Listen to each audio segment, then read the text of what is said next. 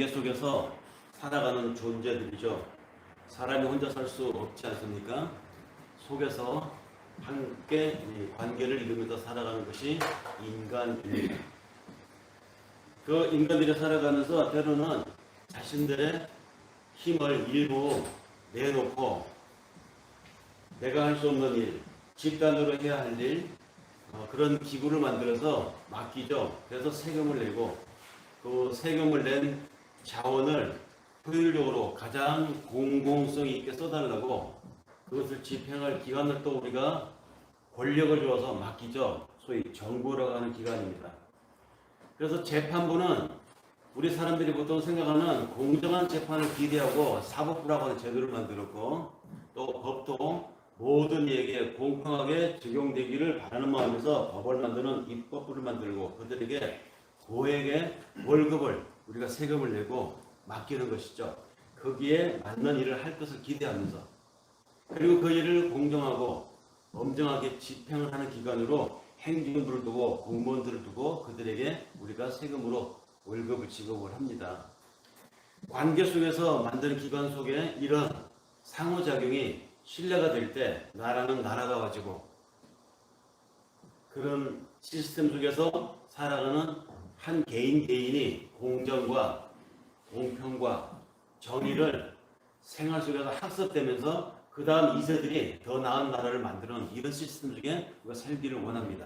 그래서 돈을 내고 그래서 내가 가진 것 중에 일부를 재산을 내서 권력을 주고 맡기는 것이 정부인데요. 그러니까 정부는 정부다워야 되고 의사는 의사다워야 되고 약사는 약사다워야 되고 교사는 교사다움을 보여야 우리가 아이를 맡기고 나의 생활을 맡기고 우리의 일상을 그들에게 의지하게 되는 것입니다. 그런데 만약에 정부가 정부답지 못하면 어떻게 될까요? 재판부가 재판부답지 못하면 어떻게 됩니까? 교육을 믿고 맡겼는데 교육을 담당하는 애들이 교육을 제대로 하지 않으면 다른 마음을 갖고 그 교육을 하면 어떻게 될까요? 세금을 내서 권력까지 맡기고 그 일다운 일을 하라고 그 직분다운 직분을 할 것을 기대하고 살아가는데 그래서 높은 고위직에 올라갈수록 공공성이 요구되는 것이죠. 그래서 높은 직도와 사람을 설득할 때는 그 사람의 국가관이나 그 사람의 사회관이나 심지어 그 사람의 사생활까지 다 검증하는 것입니다. 거기에 맞는 그 일을 할 것인가 아닐 것인가. 그래서 높은 직에 올라가 있는 사람들일수록 엄정한 공공성, 객관성이 요구되는 것입니다. 그렇게 해서 권력을 맡기고 돈을 맡긴 그 집단의 정점에 있는 사람이 만약에 그 권력과 그 힘을 공공을 위해서 쓰는 것이 아니라 사익을 위해서 쓰게 되면 어떻게 될까요? 뒤통수를 맞는 것입니다. 이번에 집중호우로 인해서 청주 시내 대낮에 버젓이 폭우가 예상되어 있음에도 불구하고 그게 통제를 하지 않았다고 하죠. 그래서 뭐 설마 하고 차들도 지나갔던 모양인데 거기에 9대가 7대가 지금 차가 수장이 됐다고 하죠. 통계는 안 나왔지만 그 차 속에 있는 사람들이 어떻게 되었을까요? 이미 죽었을 것입니다. 그 외에도 지방에도 그쪽에는 우리한테는 스팸 수준으로 오던 재난 문자가 그 예산인가요? 거기 어디 또 안 왔다고 그러죠. 그러니까 엉망이에요 지금 시스템이. 무엇을 하고 있는지 모를 정도로. 그래서 국민이 비에 쓸려 물에 쓸려 막 죽고 지금 벌써 수십 명의 통계가 나오고 있습니다.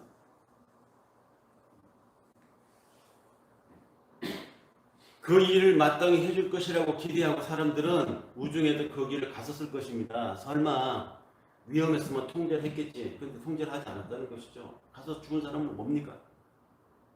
설마 이 정도면 대비책을 지방 정부가 했겠지라고 믿고 세금 내고 살아가는 국민들은 그 뒤통수를 맞은 거예요. 그냥. 그리고는 높으신 분들은 또 핑계를 둘러대겠죠. 이렇게 비가 오는데 이 사람이 어떻게 막느냐.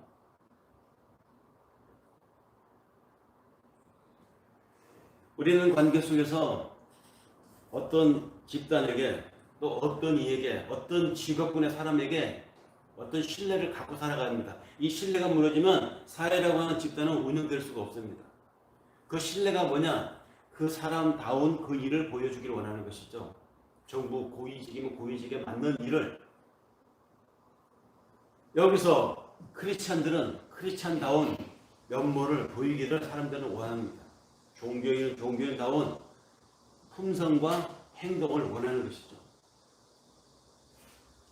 큰일이 벌어지면 책임을 져도 마땅한 섰고 대제할 사람들이 꼭 그 말을 이상하게 바꿉니다. 그리고 물타기를 합니다. 뭐 너는 잘했느냐 하는 식으로 다른 상대방을 끌어들여서 내가 이것이 잘했는지 못했는지 모르겠지만 그러나 이것을 탓하기 전에 너는 잘했냐고 화살을 다른 쪽으로 돌리는 것이죠. 그래서 책임의 소재를 불분명하게 만들어버리는 기술, 약삭 발음만 자꾸 드러나고 있는 것이 오늘 우리가 살아가고 있는 이 사회 시스템인 것 같아요. 분명히 이 우기가 끝나면 이제 그 많은 희생자들이 통계가 나오고 집계가 나올 텐데 그 희생자에 대한 책임을 놓고 이제 또 갑론을박하겠죠. 네 탓이다, 내 탓이다. 누구 때문이다.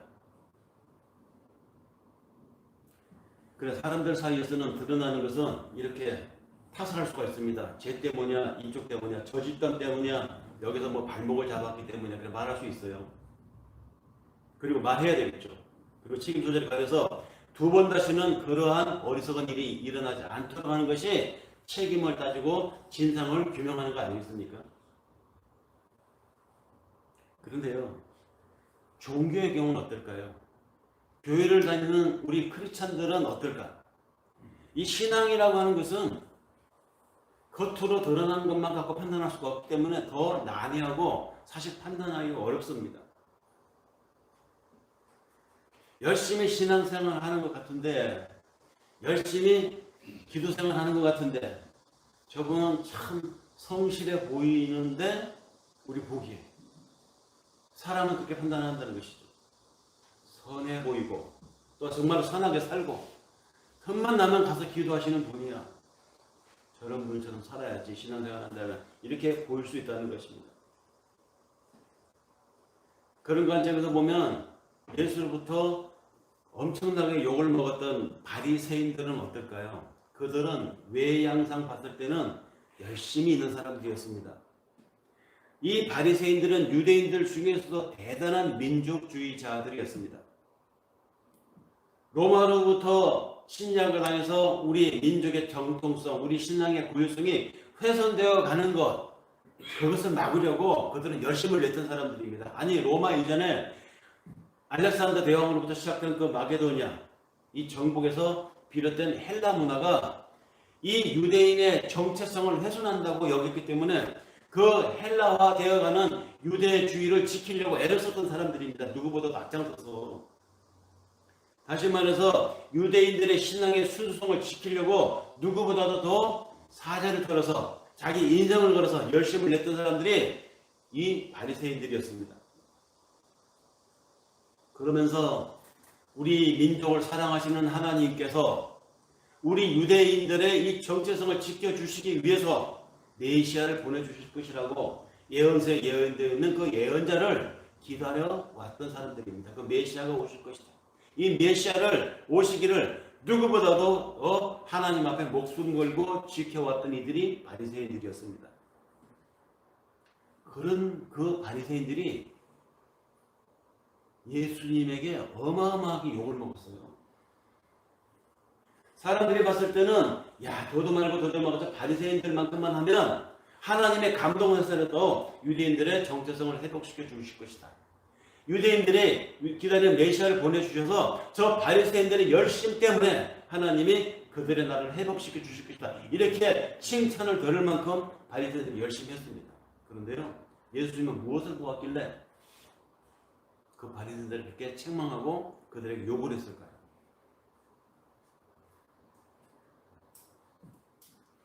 하나님이 인간의 몸을 입고 이 땅에 왔습니다. 인간의 이름을 달고 왔습니다. 예수라는 이름으로. 그러므로 예수는 인간의 몸을 입었지만 하나님이었어요. 사람들이 다 보았을 때 더도 말고 저 바리새인들만큼만 신앙을 가졌으면 하고 사람들이 봤지만 하나님이신 예수가 보기에는 그 가짜였어요. 저들이 열심을 내지만 저 열심 그 동기가 예수가 보시기에는 불순했습니다. 그래서 욕을 먹은 것입니다. 그런 그들이 예수에게서 큰 모욕을 당했습니다. 왜 예수는 그런 바리새인들 향해서 독사의 새끼다라고까지 폭언을 했을까요? 왜 경건한 삶으로 메시아를 기다려왔던 그 바리새인들은 그렇게 예수라는 인간의 이름까지 가지고 인간의 몸을 입고 온 그 예수를, 그 하나님을 죽여야만 했는가? 그래서 이사야서를 우리가 읽었습니다. 그래서 그 이사야를 해석한 마가복음을 읽었습니다. 거기에 보면 너희가 사람의 가르침으로 하나님의 계명을 어그러뜨리는구나 라고 나오죠. 왜 예수, 인간으로 오신 하나님이신 그 예수를 바리새인들이 죽였는가? 자신들의 열심히 훼손을 당하니까 죽인 거예요. 그러니 겉으로 봐서 어떻게 알겠냐는 것이죠. 드러나는 양상을 보고 우리가 어떻게 함부로 판단할 수 있겠습니까? 진짜 기독교인, 오늘 말씀의 제목인데요. 그래서 이사야서와 마가복음을 우리가 배경으로 읽었는데 이 겉과 속이 다른 것을 외식이라고 하죠. 바깥에서 밥을 사먹는 걸 외식이라고 하는 것이 아니라 성경에서 말하는 외식은 겉으로는 종교 행위를 정말로 열심히 정말 제대로 하는 것 같이 보이지만 그러나 그 속은 동기가 다르다는 것, 이걸 가르쳐서 성경은 외식이라고 했습니다.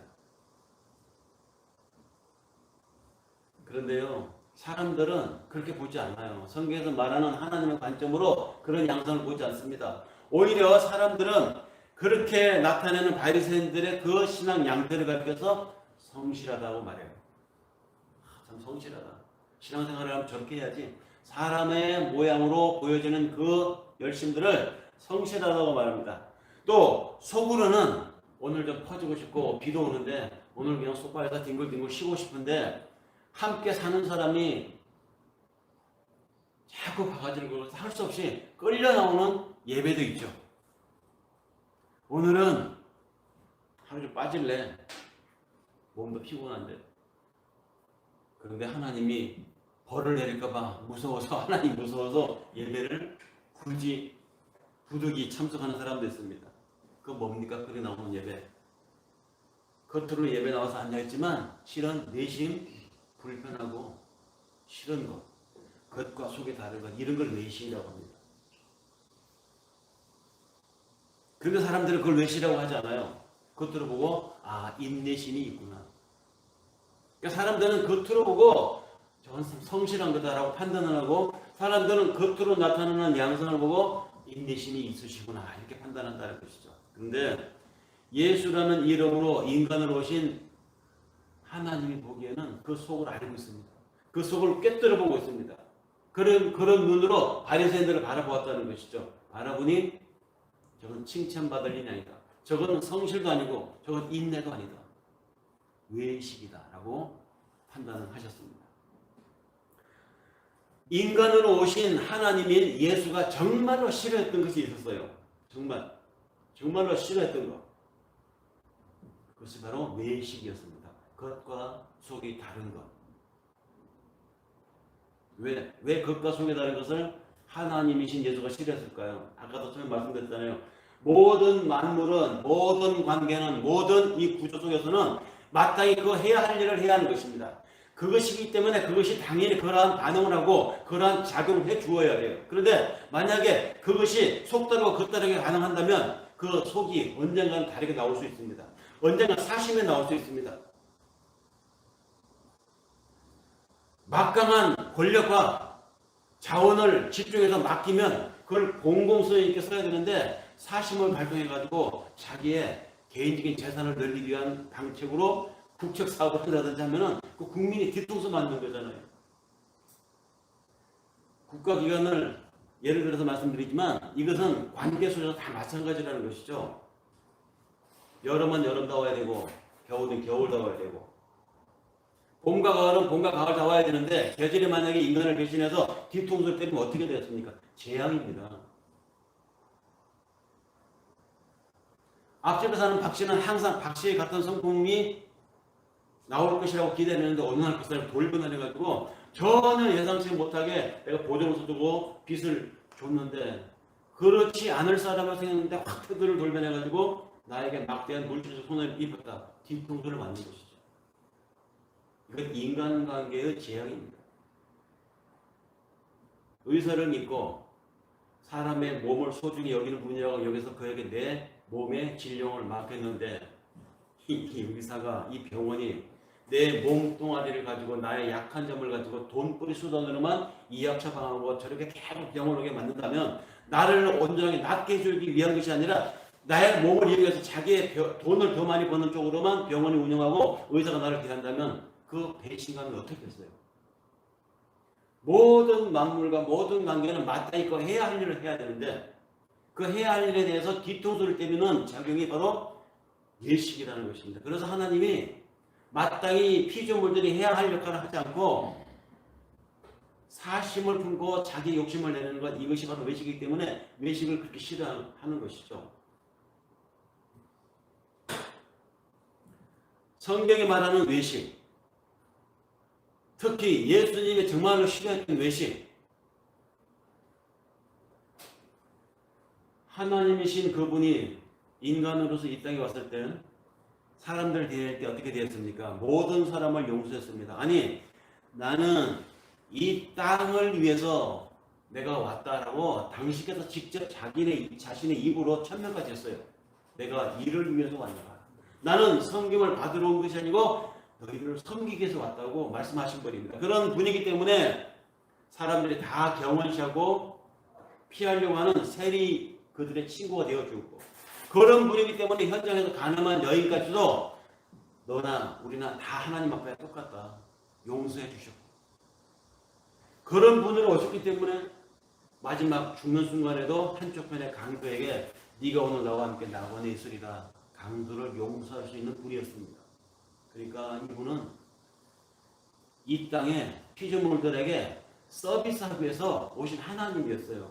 이런 분이 용서하지 못할 자가 누가 있고 용서하지 못할 대상이 누가 있겠습니까? 다 용서 가능하죠. 그런데 유독 이런 분이 용서할 수 없는 한 부류가 있었다는 것입니다. 그들에게는 용서가 뭡니까? 화를 내고 폭언을 퍼부었습니다. 바로 외식하는 자들이었습니다. 심지어는 그런 자들 향해서 이 세상의 모든 죄를 다 지은 사람도 하나님 앞에 용서받을 가능성이 있고 용서받을 수 있다. 그런데 성령을 회방하는 자는 하나님 앞에 용서를 받지 못한다고 그랬죠. 하나님 앞에 용서받지 못할 죄가 한 가지 있습니다. 성령 회방죄입니다. 성령 회방죄가 어떤 죄입니까?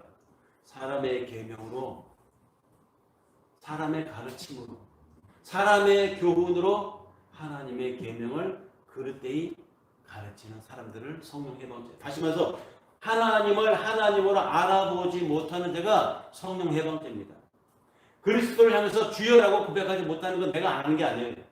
성령이 고백하지 못하도록 하면 안 되는 것입니다. 그러니까 내 속에서 작용하는 또 다른 하나님이신 성령의 작용을 내가 인정하지 않으면 그 성령의 작용을 거부하면 바로 그것이 성령 회방죄입니다.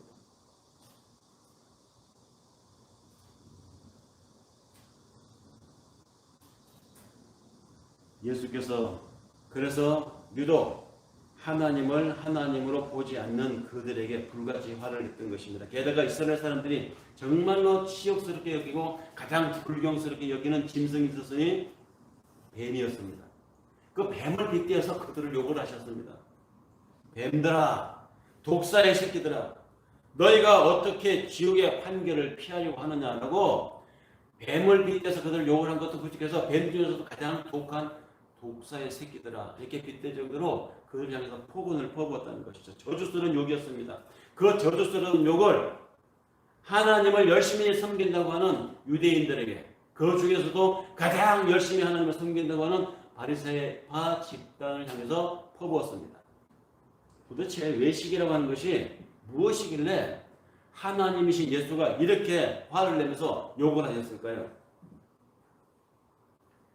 그 근거를 알 수 있는 것이 누가복음 11장 42절에서 44절에 언급되어 있습니다. 거기에 이런 말이 있습니다. 바리새파 사람들아 너희에게 화가 있을 것이다. 너희는 박하와 운양과 온갖 채소의 11조를 바치면서 정의와 하나님께 바쳐야 하는 사랑을 소홀히 하였다. 앞에 것도 소홀히 해야 하지만, 소홀히 하지 말아야 하지만 뒤에 것도 반드시 해야 한다. 바리새파 사람들아, 너희에게 화가 있을 것이다. 너희는 회당에서 높은 자리에 앉기를 좋아하고 장터에서 사람들에게 인사받기를 좋아하는구나. 너희에게 화가 있을 것이다. 너희는 드러나지 않는 무덤 같아서 사람들이 그 위를 밟고 다니면서도 그 밟고 다니는 그 밑이 무덤이라고 하는 것을 모르는 것처럼 너희의 행위가 그렇다는 것입니다.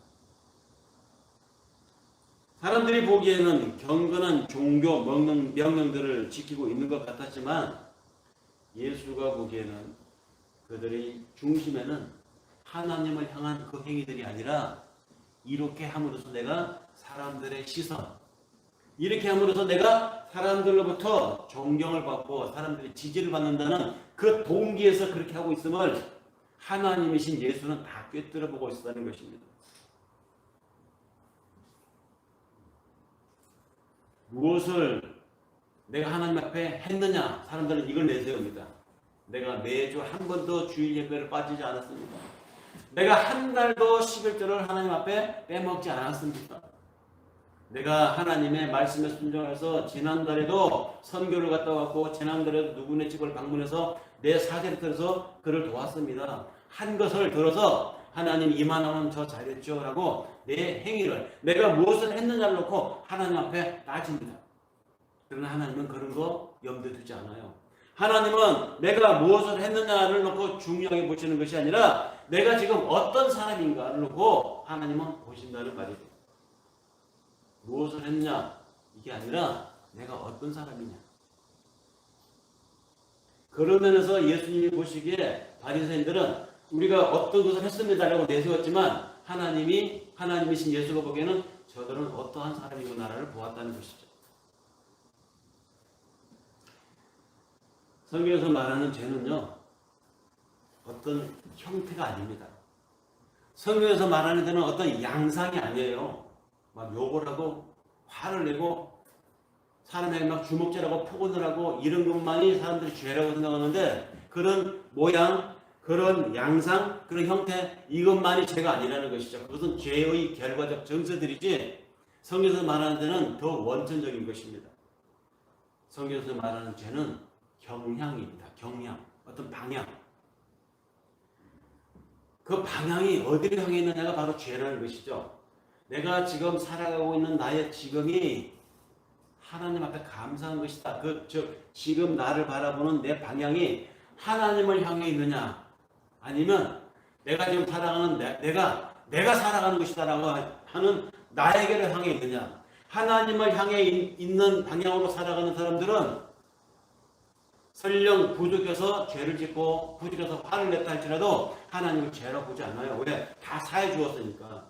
그런데 하나님을 향해 있지 않고 내가 나한테 그 방향이 열려 있다면 저는 오늘 아침에도 밥을 먹다가 식탁에 물을 쏟았어요. 펄컥 쏟아대는데 이런 나한테 막 화가 나는 거예요. 안 그래도 주일날 아침에 바쁜데 그 발칵을 쏟았더니 식탁에 놓이 치워야 되잖아요. 안 그래도 시간이 쫓기는데 그걸 닦느라고 화장기로 닦고 그것도 모자라서 물이 막 식탁 위에서 뚝뚝뚝 떨어지는데 발에 질퍽질퍽해지니까 막 내가 나한테 화가 나는 거예요. 이 멍청이 바보 같은 꼭 이럴 때 일을 친다니까 왜 이렇게 치네요. 왜 이래. 화를 내는 나 자신에게 내가 막 화가 나요. 그런 나한테 화를 내는 나를 보면서 일어난 결과를 놓고 그렇게 화를 내면 뭐래야 소용없으면 또 화를 내는 주변 사람들 분위기가 막 쌓여지죠. 사람들은 자신의 부족한 것, 자신의 결점에 드러나면 자신에게 화를 냅니다. 왜? 나는 그럴 사람이 아니라고 생각하기 때문에 그래요. 나는 그럴 사람이 아닌데 왜 이렇게 멍청하게 하는가? 이 멍청이 자기한테 화를 냅니다. 그거 자기에게 책임 소재를 묻기 때문입니다. 내가 나한테 책임 소재를 묻는다는 것은 내 바운드리가 그만큼 크다는 거예요. 인생을 살아가면서 우리가 마찬가지입니다. 어떤 일이 터지고 어떤 일이 벌어지면 멍청하다. 왜 그때 그렇게 했어? 나는 죽어야 돼. 자기에게 화살 던지고 자기에게 막 자책을 하는 사람 있죠? 자아의식으로만 강한 사람들입니다.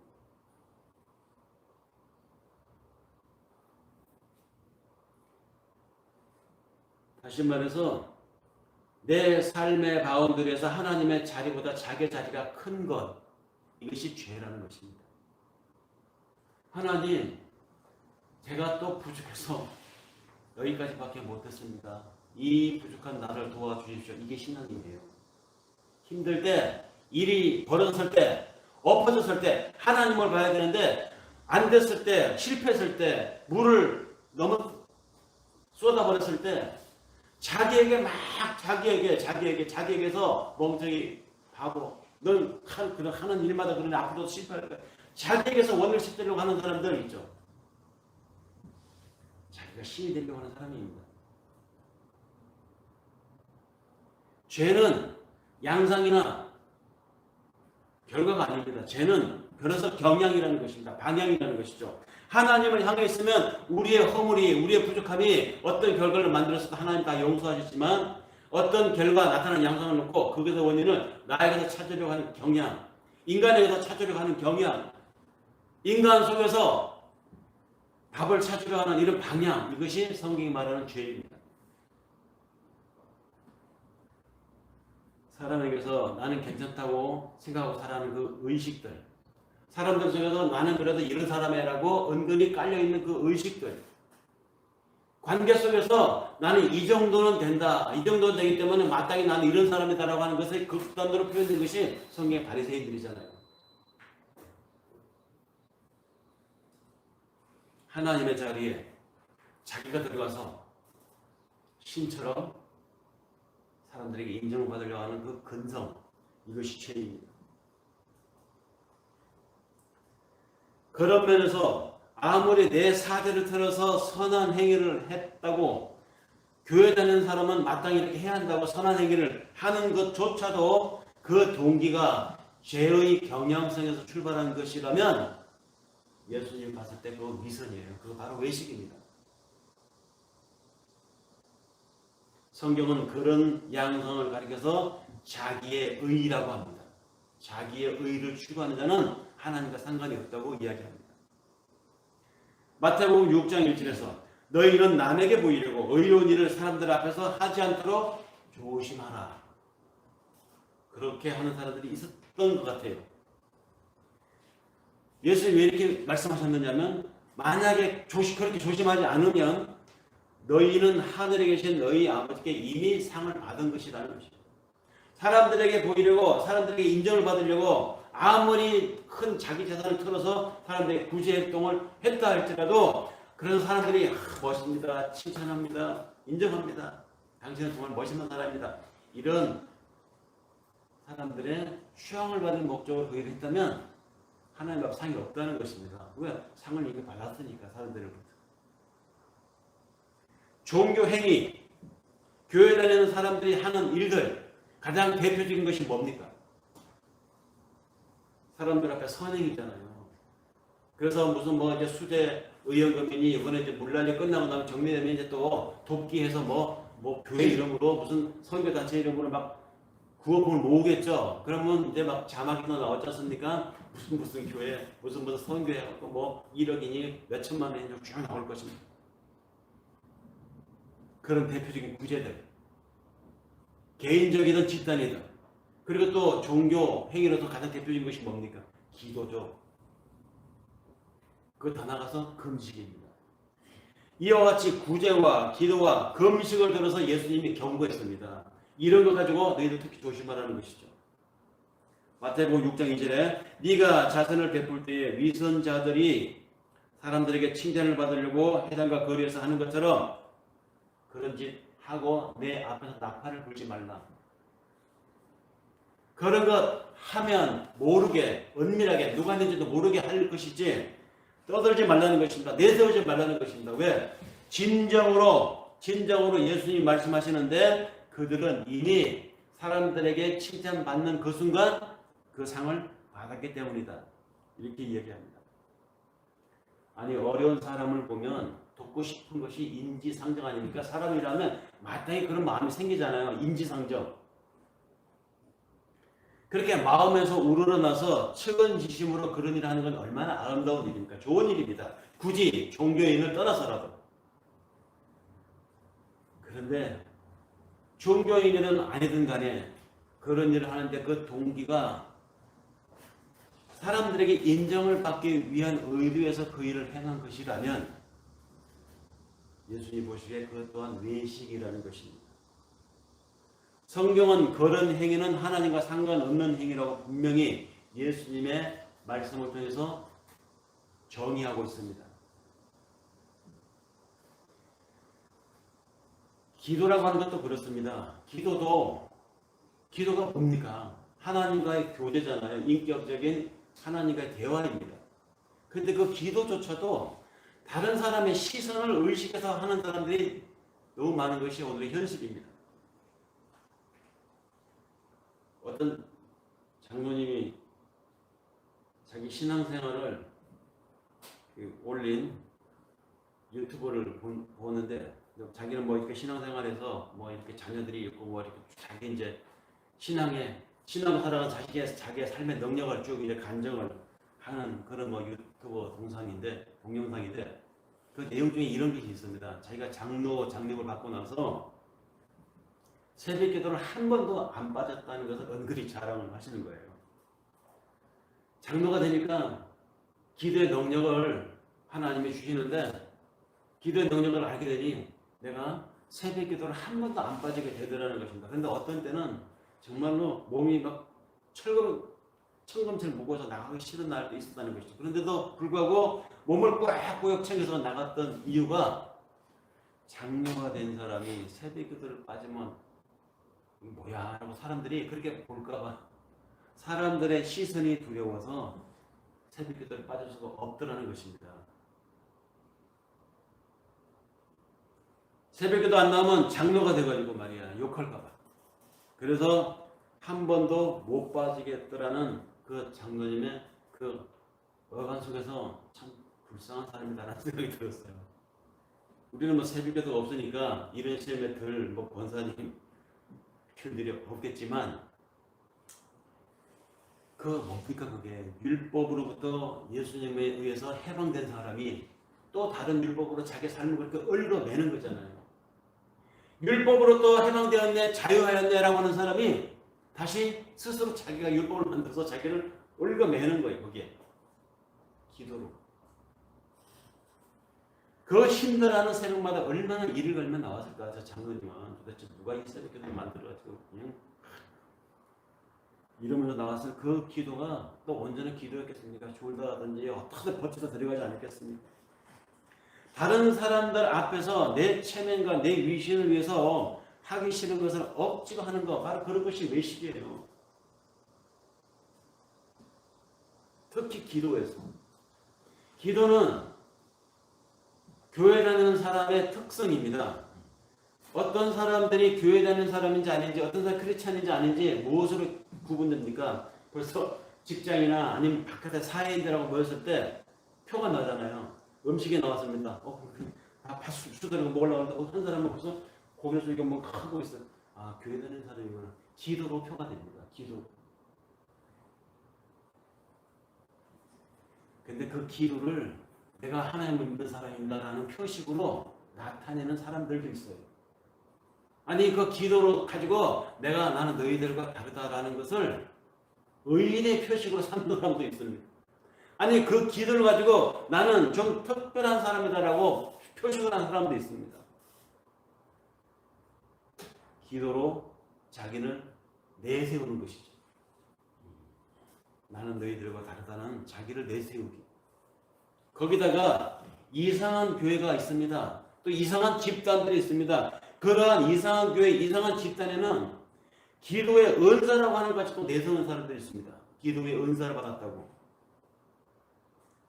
나는 기도의 은사를 받은 이라고 이마에다가 써붙이고 다니는 사람들도 있습니다. 그래서 자기 기도를 받아야 일도 잘 풀리고 내가 기도해 주어야 그 가정이 평안이 있고 아파? 나한테 와서 기도받다고 아픈 사람에게 내 손을 얹어서 기도하면 특별한 기도의 능력이 나타난다고 말하는 사람들도 있어요. 그런 이상한 사람들이 있습니다. 기도가 무엇인지를 정말 모르는 사람이죠. 기도가 뭡니까? 우리가 다 알고 있는 기도의 정의 다시 한번 정리하면 기도는 내가 할 수 없어서 하나님께 맡기는 거예요. 내가 할 수 있는 일은 열심히 해서 내가 해결해야죠. 왜 하나님께 맡깁니까? 기도는 하나님과의 대화라고 그러죠. 기도는 나의 중과 부족, 내 한계를 인정하고 하나님 그래서 도와주십시오 하나님께 나를 맡기는 것이 기도랍니다. 그런데 왜 나를 내세우는 수단으로 사람들이 기도를 생각을 할까요? 거기다가 하나님을 향한 것이 하나님을 향한 간청, 하나님을 향한 나의 부족함, 나의 한계를 내놓는 것이 기도인데 같은 크리스찬들끼리도요 기도의 경쟁을 하는 것이 있습니다. 너 그만큼 기도했어? 나는 이만큼 기도했어. 너 그만큼의 기도냐? 나는 이런 기도의 능력이 안 하고 기도의 경중을 따지는데 그것이 뭐냐? 금식입니다. 3일 금식 기도한 사람과 일주일 금식 기도한 사람, 40일 금식 기도한 사람 서로 레벨이 다르다고 은근히 생각을 하는 것이죠. 자기 기도는 응답받은 기도인 양 말하는 그런 사람들, 그 유아기적 신앙에 아직도 빠져있는 사람들입니다. 아직도 어린 신앙에 빠져있는 것입니다. 그런 신앙을 보였던 사람들이 있었어요. 마가복음 9장에 보면 벙어리 귀신 들린 아이를 데리고 와서 고쳐달라고 한 어떤 이야기가 나오는데요. 마가복음 9장에 보면 예수가 제자 3명을 데리고 변화산에 올라갑니다. 기도하기 위해서죠. 바로 그때 올라간 그 다음에 그 아래 산 아래에 있는 제자들에게 어떤 사람이 벙어리가 된 자기 아이가 있었어요. 귀신에 들렸다고 귀신에 들려서 벙어리가 됐다고 생각한 것이죠. 그래서 예수의 제자들에게 데리고 오면은 그들이 내 아이를 고쳐줄 것이라고 믿고 데리고 왔습니다. 그래서 제자들이 예수가 산에 올라간 그 사이에 산 아래에 있던 제자들이 그 벙어리 귀신 들린 아이를 고치려고 온갖 수단과 방법과 용을 다 썼습니다. 그런데 그 아이에게 들어간 벙어리 귀신이 나가질 않는 것입니다. 이렇게 해봐도 안 나가고 합심 기도를 해봐도 안 나가고 주여 주여 3창을 외치고 막 이렇게 기도를 해도 안 나가는 것입니다. 얼마 뒤에 예수가 내려왔습니다. 그 장면을 보시고 예수님께서 고쳐주셨죠. 고쳐주시고 난 뒤에 제자들에게 말합니다. 기도와 금식 외에는 이러한 능력이 나갈 수가 없다라고 제자들에게 일침을 가하죠.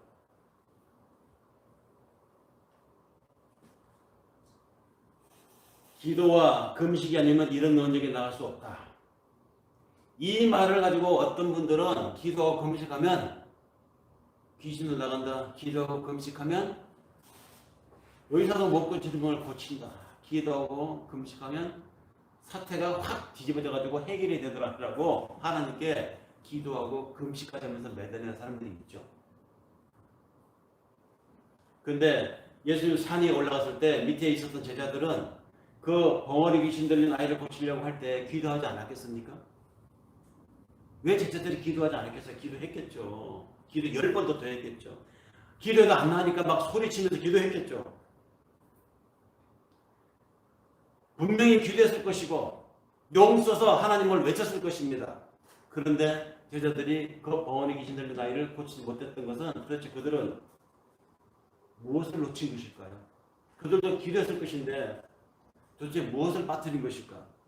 그리고 예수님이 아이를 고쳐주고 말씀하신 기도와 금식 외에는 이러한 능력이 나갈 수 없다고 말했는데 예수님 말한 기도는 무엇이고 예수님 말한 금식은 도대체 어떤 것이길래 제자들이 고치려고 애를 쓰고 제자들이 기도했는데 제자들은 고치지 못했고 예수님은 고쳤을까요?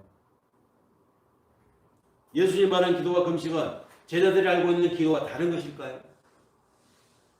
아니 진짜 기도가 따로 있고 진짜 금식이 따로 있는 것일까요? 아닙니다.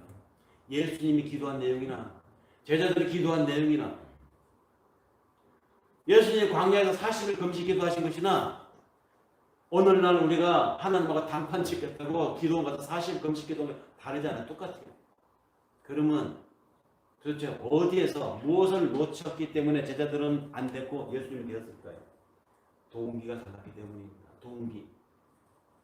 다시 말해서 근본 의도가 어디 있느냐에 따라서 그 기도가 그 금식이 결과를 다르게 만든다는 것이죠. 제자들은 예수님 산에 올라가고 없을 때 자기들에게 문제 해결을 위해서 어떤 아이를 데리고 온 그 사안을 놓고 신났어요. 됐다. 예수님 없을 때 우리도 한번 보일 수 있겠다. 우리의 기회다. 예수 다음은 우리라고 하는 것을 자랑하고 싶었습니다. 자기들이 귀신을 때려 잡음으로써 그 귀신을 쫓아내므로써 거기에 둘러서 있는 귀신들의 나이를 데리고 온 수많은 사람들 앞에서 인정받고 싶었습니다. 그렇기 때문에 그런 동기에서 그런 근본 의도에서 귀신을 쫓아 주시옵소서라고 기도한 그 제자들의 기도가 하나님 앞에 안 먹혔던 거예요. 자기를 드러내기 위한 기도였기 때문에, 자기를 내세우기 위한, 다시 말해서 자기 의의를 쌓기 위한 종교 행위였기 때문에 하나님하고 상관이 없는 것이었습니다.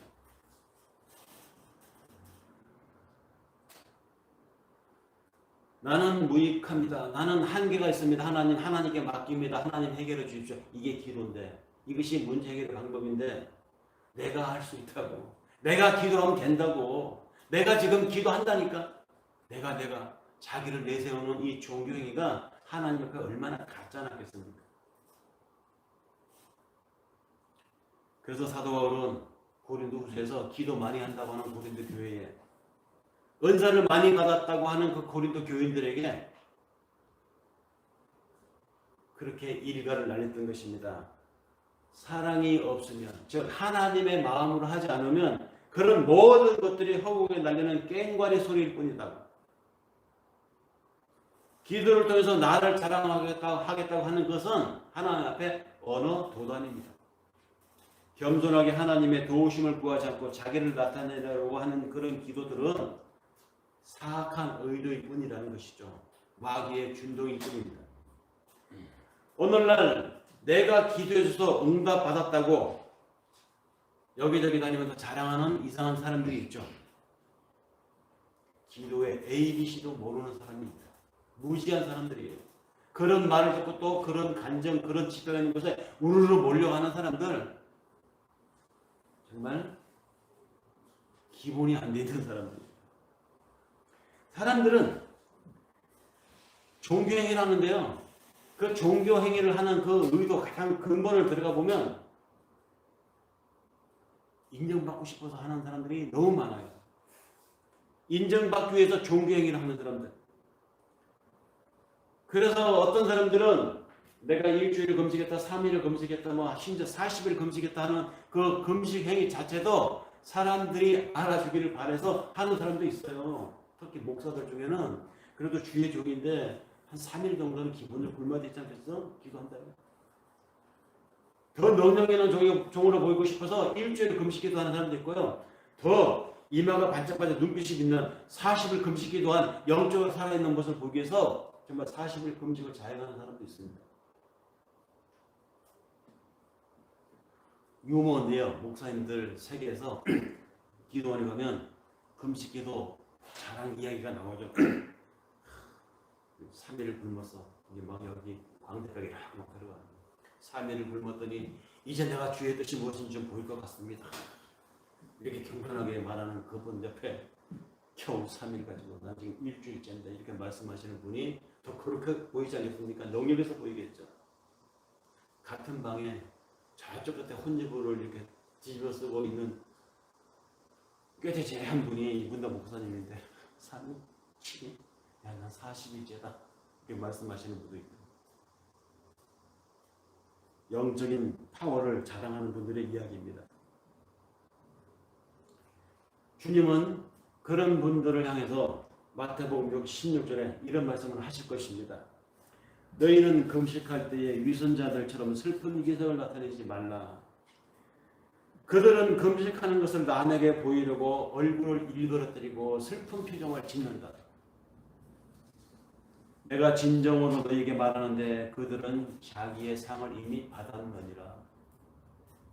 구제할 때 사람들이 인정을 받으려고 거리에서, 시장에서 자기의 행위를 떠드는 사람들에게 하는 말과 똑같습니다.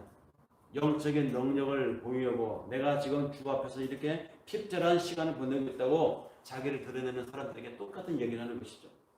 도대체 금식이 뭡니까? 복귀를 왜 끊고 기도합니까?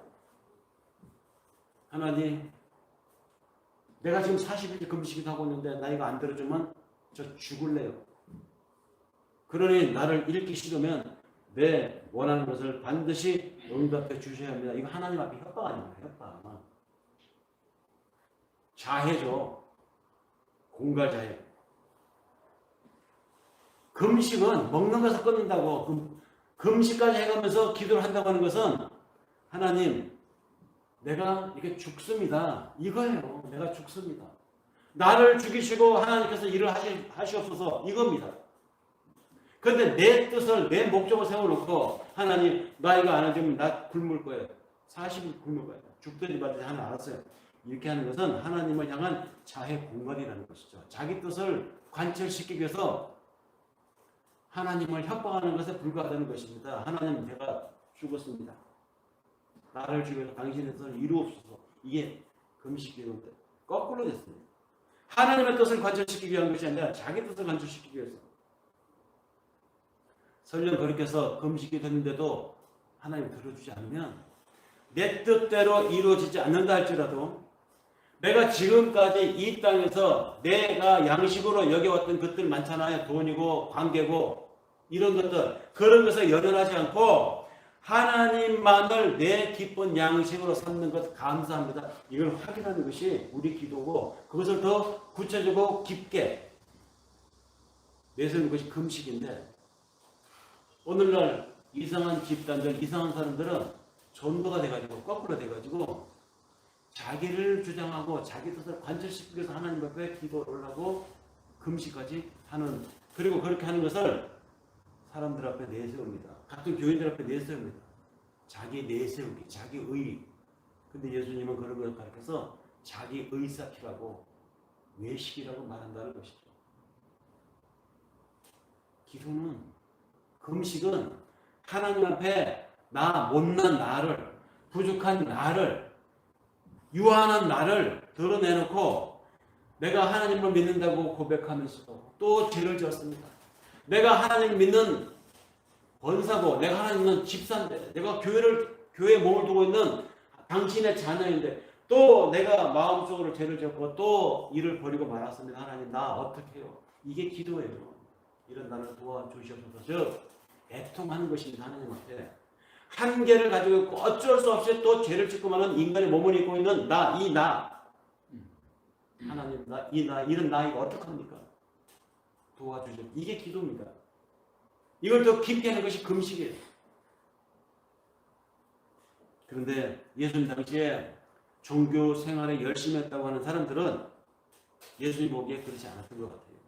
그래서 예수님 당시뿐만 아니라 예수 이제는 훨씬 더 거슬러 올라가서도 이사야 시대에도 그런 식으로 종교 생활을 하는 사람들이 많았기 때문에 하나님이 이사야 예언들을 통해서 이사야에서 58장 4절에서 7절에 이렇게 말합니다. 너희가 다투고 싸우면서 금식을 하는구나. 이렇게 못된 주먹질이나 하려고 금식을 하는 거냐? 너희의 목소리는 저 높은 곳에 들리게 할 생각이었다면 오늘과 같은 이따위 금식을 해서는 안 된다.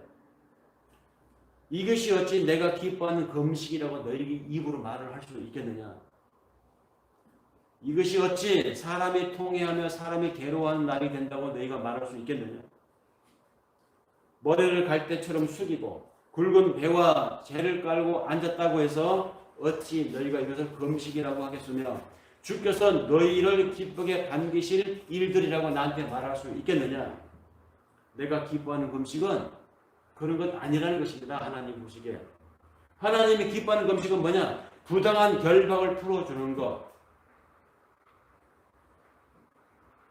멍해를 끌어주는 것, 압제받는 사람들을 풀어주는 것, 모든 멍해를 깎아버리는 것. 이것이 내가 기뻐하는 금식이다. 즉 부당한 거래를 하지 말고 높은 지위에 있다고 그 권력을 이용해서 낮은 자를 압박하지 말라는 것입니다. 더 많은 책임을 지고 있는 사람이라면 그것을 합당하게 쓰라는 것입니다. 사람들에게 행복을 주라는 것이죠. 그런데 그렇게 살지 않았던 것 같아요. 그 당시에는 종교가 권력이었기 때문에 제사장이 권력이었습니다. 예언자가 서열의 높은 직분이었습니다. 그런 사람들에게 이 말씀을 주었습니다. 자랑하고 싶고 인정받고 싶어서 열심을 내는 종교 행위들, 그거 하나님이신 예수님 보기에는 매식이었습니다. 그래서 욕을 했던 것입니다. 주의 이름으로 선지자 내가 노릇을 했습니다. 내가 주의 이름으로 기적을 일으켰습니다. 내가 주님의 이름으로 병자를 고쳤습니다. 근데 왜 나를 모르신다고 하십니까? 라고 그날에 가서 이런 사람들 하나님 모른다고 하면 하나님 앞에 자기 행위를 놓고 따질 것입니다. 왜요? 왜요? 하나님 왜? 내가 하나님 위해서 어떻게 했는데? 내가 하나님 위해서 얼마나 많은 일을 했는데?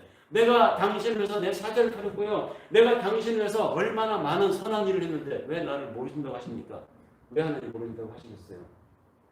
그 많은 기도, 그 많은 선교활동, 그 많은 구제행위들 분명히 그에게는 사실이었을 것입니다. 근데 하나님은 인정하지 않는다고 합니다. 왜?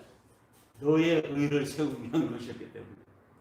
내 의 내세우기, 내 기도 자랑하기, 내 선행 자랑하기, 내가 하나님 앞에 이만큼 하고 있습니다고 사람들 앞에서뿐만 아니라 하나님 앞에서도 자기를 자랑하고 있었기 때문에 말했잖아요. 이미 이 상을 받았느니라.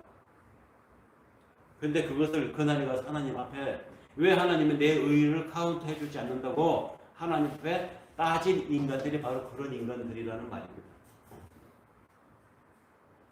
이미 그렇게 이 땅에서 행위하고 있는 그들 향해서 예수님은 말했습니다. 이 독사의 새끼들아, 내게서 떠나가라. 이거 어마어마한 폭언이고 모욕적인 말이었습니다. 하나님이 그렇게 말했어요. 인간을 오신 하나님이 그 당시에 종교 시스템에서 자신들의 의를 내세우고 있었던 그들을 향해서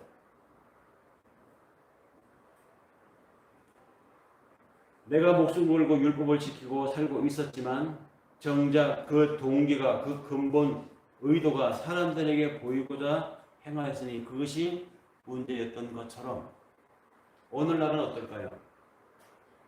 오늘날이라고 다를까요? 사람 마음이 똑같고 부패하고 타락한 인간이 그때 인간이나 지금 인간이나 똑같다고 하면 오늘날이라고 다르지 않을 것 같습니다. 기독교가 무엇입니까? 내가 주인공이고 내가 왕이고 내가 신이 되어서 다른 사람들이 나를 인정해 주는 것을 목표로 살아가는 사람은 기독교하고는 거리가 먼 사람입니다. 기독교는 내가 신으로 살았던 그 자리에서 내가 내려오는 것입니다. 내가 왕으로 살려고 했던 그 자세에서 나를 낮추는 것입니다. 예수님이 그렇게 살았잖아요.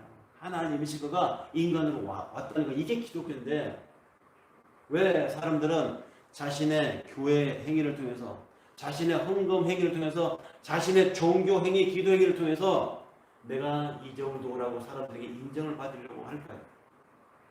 자기가 신이고 싶어서, 자기가 주인공이고 싶어서, 자기가 왕으로 사람들에게 인정받고 싶어서 하는 그 동기가 여전히 그 속에 있습니다. 그것이 바로 원죄죠, 원죄. 그 원죄적 속성이 우리에게 여전히 남아 있습니다. 왕이 되고 싶어 했던 자리에서 내려와서 그 자리에 하나님을 왕으로 모시고 나는 밑에서 그 왕의 뜻을 따르는 삶을 살아가는 것, 이것이 축복이라는 것을 아는 사람들은 비단 나중에 천국 가서 그곳에서 하나님을 찬양하는 사람은 복된 삶을 살 뿐만 아니라 이미 이 땅에서 천국을 이루며 살고 있어요. 이기려고 하니까, 이겨서 나를 드러내려고 하니까 거기가 지옥인 것이지, 상대를 존중하고 나를 낮춰서 예수님 삶을 살아가고 있는 사람이 있다면 그런 사람들이 있는 곳이 바로 천국입니다. 이 땅이.